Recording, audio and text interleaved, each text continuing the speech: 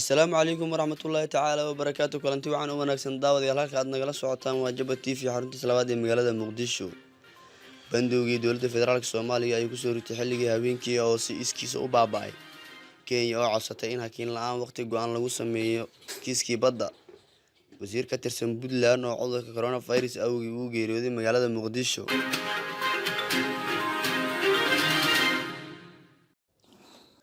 waxaa soo afjarmay bandowgii ay dowladda Soomaaliya ku soo rogtay magaalada Muqdisho xilliyadii habeenkii ah wixii ka dambeeyay 8 habeenimo.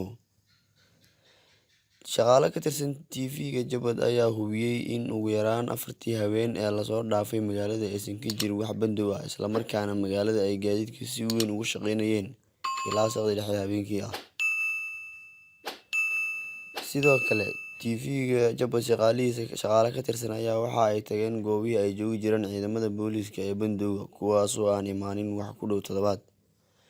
Goobaha ay gaadiidka iyo dadweynaha sida weyn uga shaqeynayeen isla markaana aan ciidan lagu arag waxaa ka mid ah Xamarweyne, Maka al-Mukarrama, Kilometer 4 iyo xaafadaha Muqdisho oo dhan qaarkood oo aan soo marnay halka kuwa kalena oo aan la hadalnay dad ku sugan. Ma jiro war rasmi ah oo dowladda ka soo baxay kaas oo lagu qaaday bandowga magaalada hase yeeshee waxaa muuqata in dowladdu fasaxday xayiraadii magaalada.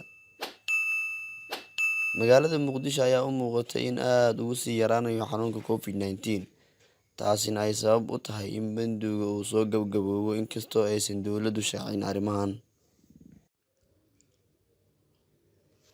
Dowladda Kenya ayaa codsigii ugu dambeysay ay u dirtay maxkamadda caalamiga ah ee cadaaladda ICJ ku dalbatay in hakin aan waqti go'an lahayn lagu sameeyo dhageysiga kiiska badda ee kala dhexeeya Soomaaliya. Waxaa sidaas muujinaya warqadda codsiga ay Nairobi soo dirtay. Warqadda codsiga ee ugu taariikhaysan 24 bisha Abriil ayaa Kenya waxay ku dalbatay in kiiska si rasmi ah loo joojiyo sababo la xiriira cudurka coronavirus.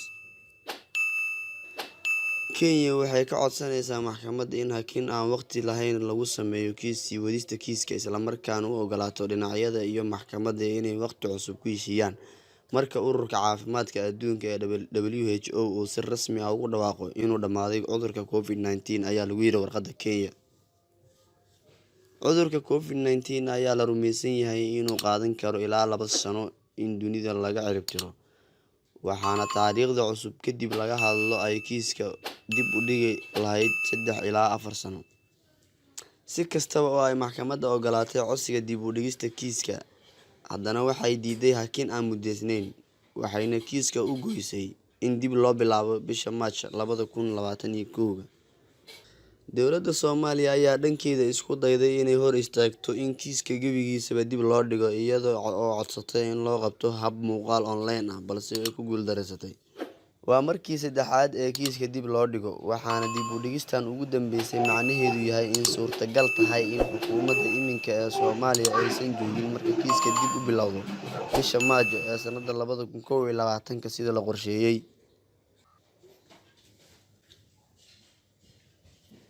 Allah u naxariistay waxaa saaka gudaha magaalada Muqdisho ku geeriyooday wasiirka deegaanka iyo beeraha maamulka Puntland marxuum Ismaaciil Deeriye Gamaadiid oo maalmahan la xanuunsanayay cudurka faafa ee coronavirus.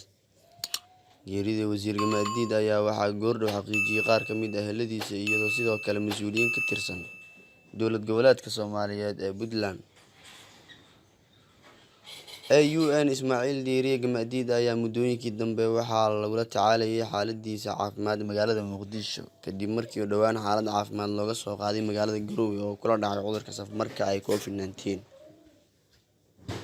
Puntland ayaa ka mid ah deegaanada uu sida daran u saameeyay cudurka faafa ee coronavirus kaas oo haatan farabadan ku haya guud ahaan dalka Soomaaliya. Dhinaca kale madaxweyne Siciid Cabdullaahi Deni ayaa war ka soo saaray geerida marxuum Gamaadiid wuxuuna tacsi u diray golaha xukuumadda iyo sidoo kale ehelada marxuumka oo Alle uga baryay inuu ka waraabiyo jannadiisa Firdawsa.